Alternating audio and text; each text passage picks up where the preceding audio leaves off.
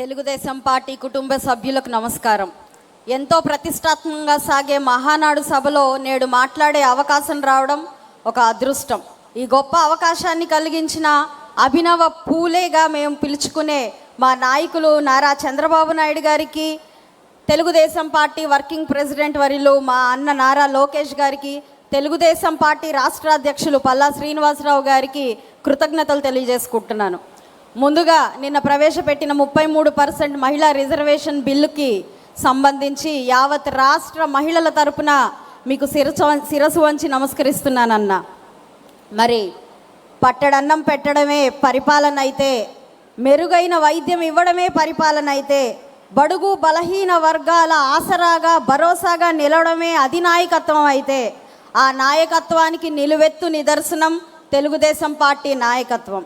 అక్కడితో ఆగక మహిళలకు సమాన హక్కులతో, సాధికారతతో, స్వేచ్ఛతో, యువతకు ఉద్యోగ కల్పనతో, పెట్టుబడులతో, పారిశ్రామికీకరణతో, ఉపాధి హామీలతో, సమాజ భాగస్వామ్యంతో పేదరిక రహిత రాష్ట్రంగా మలచాలన్న సంకల్పంతో సూర్యుడు కూడా చేరలేని చీకటి జీవితాల్లో వెలుగు నింపుతూ ప్రతి ఒక్కరిలో బాధ్యతను స్ఫూర్తి నింపుతున్న దార్శనికులు నారా చంద్రబాబు నాయుడు గారి పరిపాలన ఏమనాలి, ఆ నాయకత్వానికి ఏ పేరు పెట్టాలి మనం ఆలోచించాలి.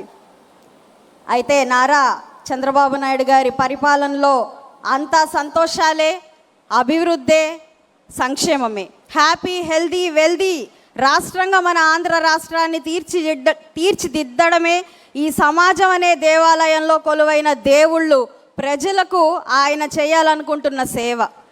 తెలుగువాడి ఆత్మగౌరవం కోసం, ఆర్థిక సామాజిక ఉన్నతి కోసం ఉద్యమించిన తెలుగుదేశం పార్టీ ప్రస్థానం పూలబాట మాత్రం కాదు. నాటి తెలుగుదేశం పార్టీ వ్యవస్థాపకులు అన్న నందమూరి తారక రామారావు గారి నుండి నేటి యువ నాయకులు నారా లోకేష్ గారి దాకా, తోట చంద్రయ్య లాంటి కార్యకర్త నుండి మన చంద్రన్న దాకా ఎన్నో ఆటుపోట్లను ఎదుర్కొంటూనే ఉంది తెలుగుదేశం పార్టీ. అప్పుడే పుట్టి ముక్కుపచ్చలు కూడా ఆరని తెలుగుదేశం పార్టీ ఎదుర్కొన్న ఆగస్టు సంక్షోభం నుండి యువగలం పాదయాత్రకు దారితీసిన పరిణామాల వరకు ఎన్నో పోరాటాలు. మన తెలుగుదేశం పార్టీ ఢిల్లీ అహంకారాన్ని, మోసాన్ని చూసింది.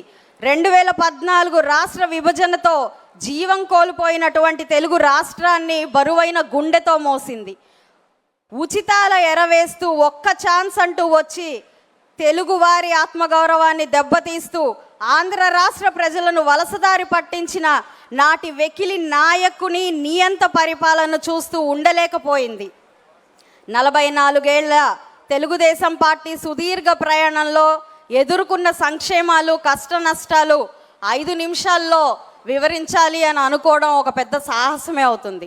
అయితే ఆడపడుచు కంట కన్నీరు పెట్టించి, అమ్మ కడుపు రగిలించి, ఆఖరకు తండ్రి సమానులైన చంద్రన్న కంట తడి చూసేదాకా వదలని నాటి పైశాచిక పాలన తలుచుకుంటే కొన్ని సంఘటనలు ఆవేదన కలిగిస్తే, మరి కొన్ని సంఘటనలు రక్తం మరిగిస్తాయి. నేటికి ఏ నాటికి మరువులని క్షోభను మిగులుస్తాయి. అయితే నిప్పుల కొలిమి లాంటి పరిస్థితులను ఎదుర్కోవడానికి పుట్టిన పార్టీ తెలుగుదేశం పార్టీ. అధికార పీఠాల కోసం, పెత్తనం చేయడం కోసం ఏర్పడిన పార్టీ కాదు ఇది. పడిన ప్రతిసారి రెట్టింపు వేగంతో లేస్తామని చెప్పిన నాయకులు అన్న నందమూరి తారక రామారావు గారు. పడిన ప్రతిసారి ఉప్పెనై లేస్తామని తన జీవితం మొత్తం కూడా చాటి చూపిన నాయకులు నారా చంద్రబాబు నాయుడు గారు. మరి పడిన ప్రతిసారి చెడుని ముంచేసే సునామీలా లేస్తామని చూపిస్తున్న నాయకులు నారా లోకేష్ అన్న. ఇది తెలుగుదేశం పార్టీ నినాదం. నేడు ఈ వేదికపై ఒక పాలిట్ బ్యూరో మెంబర్గా, ఎమ్మెల్యేగా కాదు, ఒక బడుగు బలహీన వర్గాల రజక జాతి ముద్దు బిడ్డగా, ఒక కార్యకర్తగా మీ ముందు నుంచొని ఒక మాట చెప్పదలుచుకున్నాను. జగమెరిగిన సత్యం, ఈ రాష్ట్రాభివృద్ధి చంద్రన్న వల్లనే సాధ్యం. ఈ మహర్షి చంద్రన్న వల్లనే ఇది సాధ్యం. 5 రూపాయలకు జై కొట్టే వెకిల పార్టీ నాయకులు, కార్యకర్తలు ఎక్కడ? జై చంద్రన్న అంటూ తన ప్రాణాలు సైతం లెక్క చేయని మన కార్యకర్తలు ఎక్కడ? తెలుగుదేశం నాయకులు, కార్యకర్తలు ఎప్పుడూ మంచికి మంచి, చెడుకి అత్యంత చెడు, త్యాగాలకు అయినా సిద్ధం, మాట జారితే, తప్పు చేస్తే తాట తీసేదాకా తగ్గం. ఇక్కడ ఉన్న 1800 క్లస్టర్లో స్క్రీన్ల ముందు ఉన్న ప్రతి కార్యకర్త రొమ్ము విరిచి చెప్పండి, జై తెలుగుదేశం, జై తెలుగుదేశం, జై తెలుగుదేశం, జై తెలుగుదేశం, జై హింద్. గల్లా మాధవి గారికి ధన్యవాదాలు. తెలుగుదేశం పార్టీ పోరాటాలకు సంబంధించి ఒక ప్రత్యేక ఏవీని కూడా మనం తయారు చేయడం జరిగింది. అది ప్లే చేయవలసిందిగా మీడియా టీం వారిని కోరుతున్నాను. 44 ఏళ్ల తెలుగుదేశం పార్టీ చరిత్రలో ఎన్నో సంక్షోభాలు, ఎన్నో పోరాటాలు. 1984లో జరిగిన ఎన్టీఆర్ బర్తరఫ్, దాన్ని తమ ఆత్మగౌరవంపై మరోమారు జరిగిన దాడిగా భావించారు తెలుగు ప్రజలు. సమాజంలో శాంతి భద్రతలకు విఘాతం కలిగించే శక్తులపై ఉక్కుపాదం మోపినందుకు కక్షగట్టి తెలుగుదేశం అధినేత నాటి ముఖ్యమంత్రి అయిన చంద్రబాబు గారిపై అలిపిరిలో హత్యాయత్నం చేశారు. బాబ్లీ ప్రాజెక్టు రూపంలో తెలుగు రైతుకు అన్యాయం జరుగుతుంటే ఒంటరిగా సరిహద్దులు దాటి మరీ పోరాడింది తెలుగుదేశం. 2012లో నాటి రాష్ట్ర ప్రభుత్వం అస్థిరమై ప్రజా సమస్యలను పట్టించుకోకుండా వదిలేస్తే వస్తున్నా మీకోసం అంటూ పాదయాత్ర చేపట్టి 2817 కిలోమీటర్ల దూరం నడిచారు చంద్రబాబు గారు. 2019 జగన్మోహన్ రెడ్డి నేతృత్వంలోని గొడ్డలి పార్టీ అధికారంలోకి వచ్చింది. దాంతో 4 దశాబ్దాల పార్టీ చరిత్రలో కనీ విని ఎరగని రీతిలో పార్టీ శ్రేణులు ప్రాణాలకు తెగించి ప్రజల కోసం పోరాడాల్సి వచ్చింది.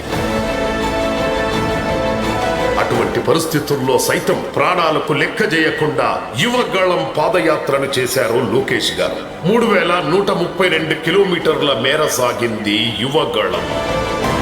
ప్రభుత్వ టెర్రరిజానికి బలైన సామాన్యులను కలిసి నేనున్నాను అనే భరోసా ఇచ్చారు. ఈ మధ్యలోనే మరో సంక్షోభం ఏమిటంటే చంద్రబాబు గారి మీద అక్రమ కేసు పెట్టి జైల్లో పెట్టించాడు జగన్ రెడ్డి. ఇది తెలిసి 70 దేశాలలో ప్రజలు రోడ్లపైకి వచ్చి నిరసించారు. చివరికి 2024లో జరిగిన ఎన్నికల్లో చారిత్రాత్మక విజయం సొంతం చేసుకున్నారు. నారా చంద్రబాబు నాయుడు అనే నేను ప్రతిపక్షంలో ఉన్న, అధికారంలో ఉన్న ప్రజల పక్షమైన తెలుగుదేశం పార్టీకి విశ్రాంతి అనేది లేదు.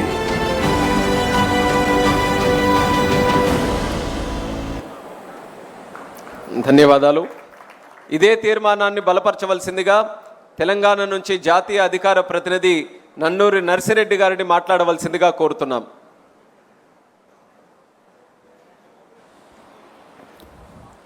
గౌరవనీయులైనటువంటి సభాధ్యక్షులు, తెలుగుదేశం పార్టీ జాతీయ అధ్యక్షులు నారా చంద్రబాబు నాయుడు గారికి, యువ నాయకులు నారా లోకేష్ గారికి, తెలుగు ప్రజల రాజకీయ పర్వదినమైనటువంటి మహానాడును వీక్షిస్తున్నటువంటి తెలుగుదేశం పార్టీ కుటుంబ సభ్యులకు, పత్రికా విలేకరులకు, మీడియా సోదరులకు నమస్కారాలు.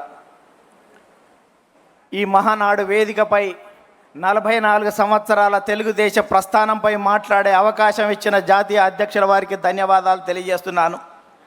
రామన్న రూపుదిద్దిన పార్టీని, చంద్రన్న తీర్చిదిద్దిన పార్టీని నారా లోకేష్ గారు తుదిమెరుగులు దిద్దుతున్నాడని ఈ సందర్భంగా మీ అందరికీ కూడా గుర్తు చేస్తున్నాను.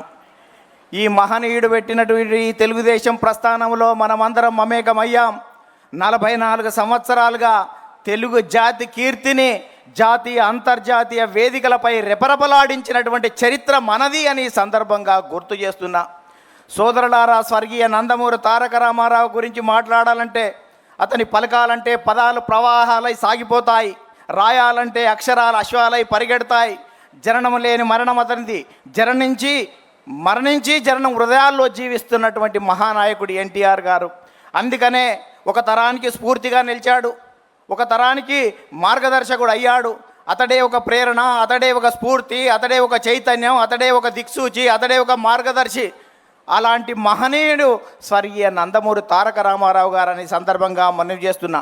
నటుడిగా, నాయకునిగా, సామాజికవేత్తగా, సాంఘిక సంక్షేమ ప్రదాతగా చరిత్రలో సుస్థిరం సాధించినటువంటి స్వర్గీయ నందమూరి తారక రామారావు గారు విలాసవంతమైనటువంటి సినీ జీవితం ఉన్నప్పటికీ ఇవాళ నటనలో అఖిలాంధ్ర ప్రజాగం నీరాజనాలు అందుకుంటున్న వేళ, తెలుగువాడిలో ఆత్మగౌరవం అడుగంటిపోతున్నటువంటి వేళ, ఢిల్లీ పురవీధుల్లో దిగజారుతున్న తెలుగువాడి ఆత్మగౌరవాన్ని పరిరక్షించాలని 2000 సంవత్సరాల చరిత్ర కలిగినటువంటి తెలుగు జాతికి గుర్తింపు దక్కాలని, గాఢాంధకారంలో ఉన్నటువంటి తెలుగు జాతికి వెలుగులు ప్రసాదించాలని, గడీలలో ఉన్నటువంటి రాజకీయాన్ని గరీబోళ్ళ ముందు ఉంచాలని, అధికార పార్టీ అంతులేని అరాచకాలకు అడ్డుకట్ట వేయాలని ఇవాళ తెలుగుదేశం పార్టీని స్థాపించినటువంటి చరిత్ర స్వర్గీయ నందమూరి తారక రామారావు గారిదని ఈ సందర్భంగా మనవి చేస్తున్నా. అందుకనే ప్రారంభించినప్పుడు చెట్టు మీద కూర్చున్నటువంటి పక్షి కొమ్మ బలాన్ని నమ్ముకోదు, తన రెక్కల బలాన్ని నమ్ముకుంటుంది. తెలుగుదేశం పార్టీ కార్యకర్తల బలగాన్ని నమ్ముకుంటుంది. కాబట్టి స్వర్గీయ నందమూరి తారక రామారావు గారు ఆ రోజే కార్యకర్తలను తయారు చేసినటువంటి చరిత్ర ఉంది. కార్యకర్తలకు అధ్యయనం, శిక్షణ, క్రమశిక్షణ, సేవాభావం, సేవనిరతి రాజకీయాలలో తీసుకొచ్చినటువంటి చరిత్ర స్వర్గీయ నందమూరి తారక రామారావు గారిది. అందుకనే కార్యకర్తలనే నాయకులుగా తయారు చేసినటువంటి చరిత్ర స్వర్గీయ నందమూరి తారక రామారావు. అందుకనే దొరలు, భూస్వాములు, ఆసాములు, జమీందారులు, జాగీర్దారులు, దేశ్ముఖులు, దేశపాండేలకు వ్యతిరేకంగా కార్యకర్తలనే నాయకులుగా తయారు చేసిన చరిత్ర ఈ తెలుగుదేశం పార్టీదని సందర్భంగా మనవి చేస్తున్నా. ఈ 44 సంవత్సరాల తెలుగుదేశ ప్రస్థానంలో గ్రామాలకు మౌలిక సౌకర్యాలు ఇచ్చాం, ప్రజలకు సంక్షేమ ఫలాలు అందించాం, ప్రజలకు రాజకీయ చైతన్యం ఇచ్చాం, బలహీన వర్గాలకు రాజకీయ జీవితం ఇచ్చాం, సామాజిక మార్పులకు శ్రీకారం చుట్టాం, ఆర్థిక అభివృద్ధికి అందలం వేశాం, నిమ్న జాతుల ఉద్ధరణ కోసం, బడుగు జన ఉద్ధరణ కోసం బాటలు వేశాం, దేశ రాజకీయాలనే సమూలంగా మార్చివేసినాం, రాష్ట్ర రాజకీయాలని, దేశ రాజకీయాలను ప్రపంచవ్యాప్తంగా మార్చివేసినాం. ఇవాళ ప్రధానమంత్రుల, రాష్ట్రపతి ఎన్నికల్లో ప్రధానమైనటువంటి భూమికను పోషించాం. అందుకనే తెలుగుదేశం పార్టీ ప్రపంచవ్యాప్తంగా అనేక దేశాల్లో జెండా ఎత్తి తెలుగువాడి ఆత్మగౌరవాన్ని పాటించినటువంటి చరిత్ర మనది అని సందర్భంగా గుర్తు చేస్తున్నా. అందుకనే స్వర్గీయ నందమూరి తారక రామారావు గారు 2 రూపాయల కిలో బియ్యం, జనతా వస్త్రాలు ఇచ్చాడు, మహిళలకు ఆస్తిలో హక్కు ఇచ్చాడు, రైతులకు రాయితీలు ఇచ్చాడు, మధ్యాహ్న భోజన పథకం పెట్టాడు, మండల వ్యవస్థను ఏర్పాటు చేశాడు.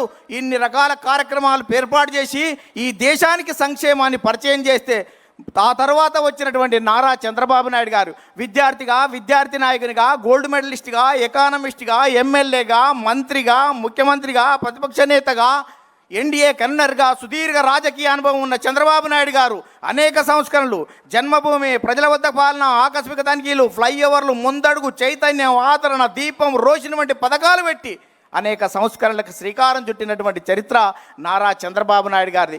అందుకనే 44 సంవత్సరాలు గడుస్తున్నా నారా అంటే జనం రారా అని పిలుస్తున్నటువంటి చరిత్ర ఈ రాష్ట్రంలో ఉందని. అందుకనే చంద్రబాబు నాయుడుకు ప్రపంచవ్యాప్తంగా ఉన్నటువంటి అవకాశాలను యువత పునికి పుచ్చుకొని వెదికి పట్టుకోవాలనే ఉద్దేశంతో ఇవాళ విద్యకు ప్రాధాన్యత ఇస్తే ఇవాళ హైదరాబాద్ ఉమ్మడి రాష్ట్రంలో మైక్రోసాఫ్ట్ వచ్చింది, ఇన్ఫోసిస్ వచ్చింది, IRDA వచ్చింది, IIIT వచ్చింది, నల్సార్ వచ్చింది, నిఫ్ట్ వచ్చింది, ఇవాళ నేషనల్ కన్స్ట్రక్షన్ వచ్చింది, బయోటెక్నాలజీ పార్కు వచ్చింది, హైటెక్ సిటీ వచ్చింది, శిల్పారామం వచ్చింది. ఇవాళ భారతదేశంలో, ప్రపంచంలో తెలుగువాడి ఖ్యాతిని నలుదికల విస్తరించినటువంటి చరిత్ర ఇవాళ చంద్రబాబు నాయుడు గారిని ఈ సందర్భంగా గుర్తు చేస్తున్నాను.